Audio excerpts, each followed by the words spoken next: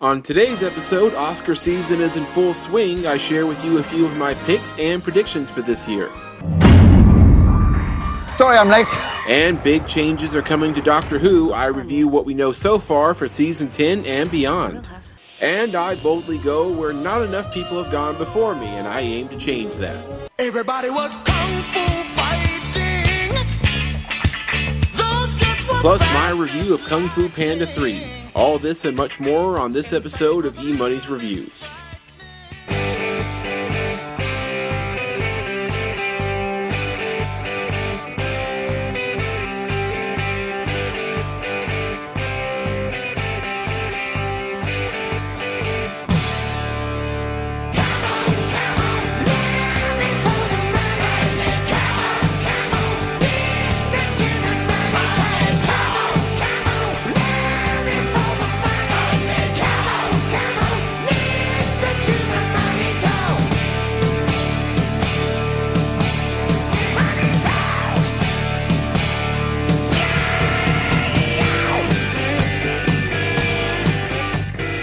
Hello, movie lovers. Did you miss me? I know you did. Sorry it took me so long to get back on here, but a lot has been happening this past month, both in entertainment news and for me personally. But we'll get to the personal stuff a little later. Right now, let's get caught up on entertainment news. Well, right now, we are in the middle of award season, one of my favorite times of the year. And the reason I love it so much is Oscar ballots. As you may know, I kind of pride myself on being a movie buff, and what I like to do during this time of the year is watch a lot of the great films and performances that I missed the previous year in preparation for Oscar night later this month. So let's talk some of the big categories, and while I haven't seen all of the performances just yet, I have seen a good number of them, and I'm already calculating my predictions. And right now, in the Best Actress category, leading the momentum seems to be Brie Larson with her performance in Room. This film, which follows a woman who is kidnapped and imprisoned in a shed for 7 years, giving birth to a son in that time, is highly performance-driven, and Larson has definitely earned the nomination. Now, normally I would say Larson had to carry most of the scenes in this film, as the first half is just her and her son in the room, but you can't take away from Jacob Tremblay's performance either, who made a great co-star for Larson in most of the scenes. This movie, by the way, I give 2.5 popcorns out of 4. Now, on a personal note, if the Academy is going to be so hesitant to give child actors nominations for actor and supporting actor categories, then they should really think about making a category specifically for them. Because for a child this age to give such an amazing performance, as well as a lot of other child actors in past years, I feel like they deserve their due. Now, some of you might be asking, what about your hometown girl, EMoney? Well, while I'm always rooting for my girl J-Law, I just don't see it happening this year. I mean, Jennifer Lawrence has been nominated 4 out of the last 6 years, which means she's already on track to become the next Meryl Streep. And while I did think she was kind of badass in her performance in Joy, which I give 3 popcorns out of 4, unless the momentum changes, I think Larson is going to have her beat this year. Okay, now moving on to Best Actor, and right now the heavy favorite in this category is poor old, so far Oscar-less Leonardo DiCaprio for his brutal performance in The Revenant. Seriously, if Leo doesn't win it this year, then he should just give up and just take acting jobs for the money from now on, because just the conditions that he had to work in for most of the scenes alone should get him the award. An actor who's willing to go through these sorts of things deserves some recognition. If Leo doesn't win it, then he obviously must have pissed off somebody pretty powerful in the Academy, because there will be no justice. Okay, now moving on to the Best Picture category, and this is a tight one, that's what he said. Right now, Spotlight is the favorite, with The Revenant and The Big Short being the ones most likely to upset it. Now, I've only seen 1 out of 3 of these films, The Revenant, which I give 3 popcorns out of 4, so I can't comment too far on this category just yet, but right now, most of the experts are saying Spotlight, so I guess I need to make seeing that a priority next week. Alright, that does it for Oscar news this week. Let's move on to some other entertainment news. And right now, the big story among Whovians is that showrunner Stephen Moffat is leaving Doctor Who. After season 10, which won't air until 2017, sadly, Moffat will depart from Doctor Who and will leave Broadchurch creator Chris Chibnall as the new showrunner. Now, while I'm a big fan of Broadchurch, it's also a very different show than Doctor Who, so I just hope that Chibnall is up to the challenge and brings in a lot of fresh ideas. Now, rumors are swirling that with Moffat leaving the show, that season 10 might also be the final season for the Doctor himself, Peter Capaldi. So, with all these shakeups, we could see a change in the show, the likes of which we've not seen since Moffat took over for Russell T Davies at the beginning of season 5. Also, fans have been crying for a while now that a female Doctor regeneration is long overdue. And after we saw the Master become Missy in season 8, it's almost as if Moffat were teasing the possibility. I know of at least 2 actresses who have expressed interest in the part. Agent Carter star Hayley Atwell, when asked if she'd like to be on Doctor Who, responded, "I'd like to be Doctor Who." And Star Trek The Next Generation star Marina Sirtis, while at a convention in 2014, was quoted as saying, "We should give Peter Capaldi a few years, and then it should be me." And with a new, currently unknown companion in season 10, Whovians have a lot to look forward to. Okay, now speaking of Star Trek, I'd like to tell you guys about a little discovery I made last week. And maybe this is old news to some people, but last week I stumbled upon this web series on YouTube called Star Trek Continues. And my curiosity got the better of me and I clicked on it, and I was fully prepared to stop watching after a few minutes, but I didn't. Imagine this, if after filming season 3 of Star Trek the original series, some executive at CBS walks onto the set, fires everybody, replaces them with a whole new cast, and then they start filming season 4 without missing a beat. This is what it would look like.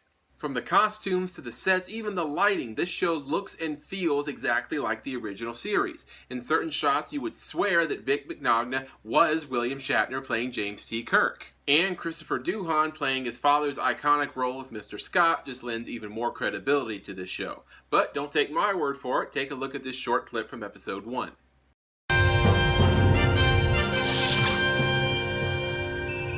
Report, Spock. Starfleet's communique was accurate. All 3 power stations in this system are completely drained. Any idea what caused it? Aye, likely the Klingon stealing fuel cells again. There is no evidence to support that theory, Mr. Scott. That's because it wasn't a theory. It was a joke. The power stations were anchored in this system with the purpose of providing energy and fuel for passing Federation ships. And what would cause a failure on that scale? Unknown. If theft was intended, it would be far more efficient to steal the stations themselves as opposed to siphoning them one by one. Captain, I'm registering a minor drain on engine power. Scotty, Checking. Aye. Slight, but noticeable. any danger? Not yet, sir, but I don't like it. I can't even tell you what's causing it. All right. Spock, scan the station for any clues to the power loss. Captain, I'm reading something 320,000 kilometers off the starboard bow. Put it on screen.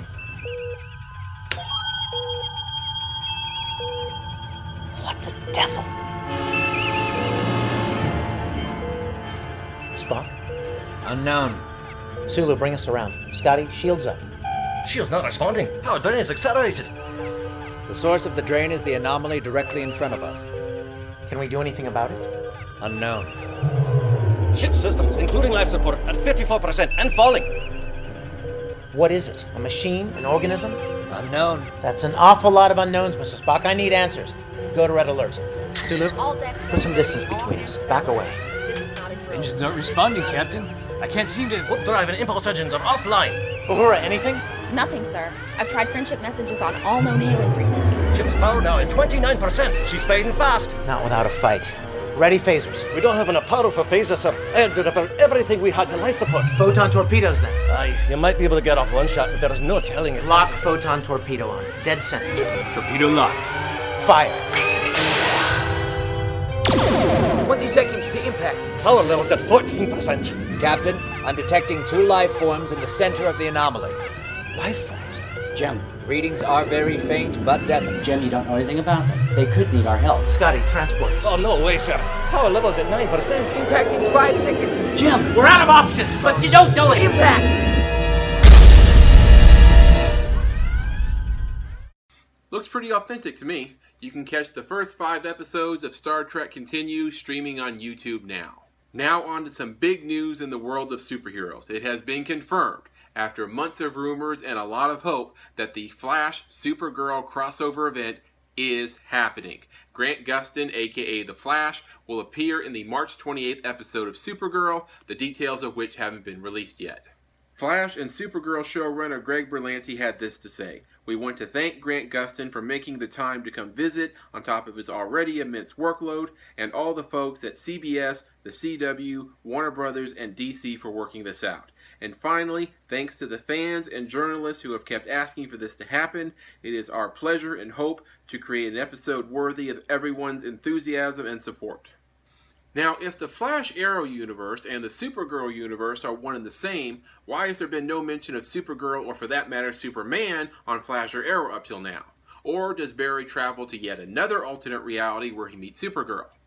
Well, I guess we're all going to have to wait around to find out. Alright, that does it for entertainment news. Now on to this week's movie review, and this week I saw DreamWorks' new animated feature, Kung Fu Panda 3. In the next step of Poe's journey as the Dragon Warrior, he must make the transition from student to teacher. All this added with being reunited with his biological father, and a returned long-thought-dead spirit warrior stealing the chi of every kung fu master in the land, will make for a lot of drama in Poe's world. Now, while I enjoyed most of the film from beginning to end, I did think there were a few sore spots in it. For one, I didn't think we saw enough of the Furious Five in the movie. And two, I thought that Kai, the big bad villain in the film, dispatched the other masters a little too quickly. I mean, it's okay for them to lose. They have to in order for the story to move in the direction it needs to. But come on, put up some kind of a fight. I mean, it's like the three Jedi with Mace Windu arresting Palpatine all over again. I mean, move! Do something! Don't just stand there and let him run you through with a lightsaber. You're a Jedi Master, for crying out loud. That scene's a bit of a sore spot for me. But it was a pretty good time, if not having a pretty predictable ending. I give Kung Fu Panda 3 2.5 popcorns out of 4. Okay, now moving on to this week's movie-ism, and this is one I'd like to call the Doubters. And what Doubters is when a kid goes to his parents' bedroom in the middle of the night and he says that he saw a monster under his bed or in his closet or maybe outside, and his parents, of course, never believe him. You see any more monsters?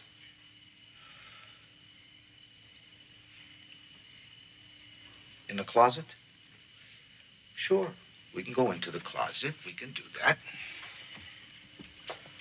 Okay, monsters.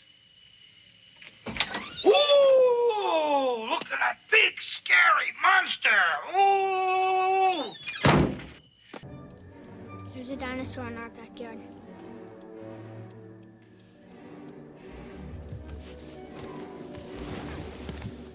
Benjamin, what are you doing?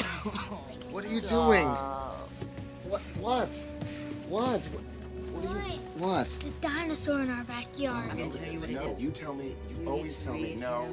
Here, I will tell you exactly what it is. You have to serve him dinner. He won't be up all night. It's the stupid fish tank. It is not the fish tank. He needs a proper night light. Then put something over it, Benjamin. Please stop pushing me. It isn't. It isn't. Just turn it off.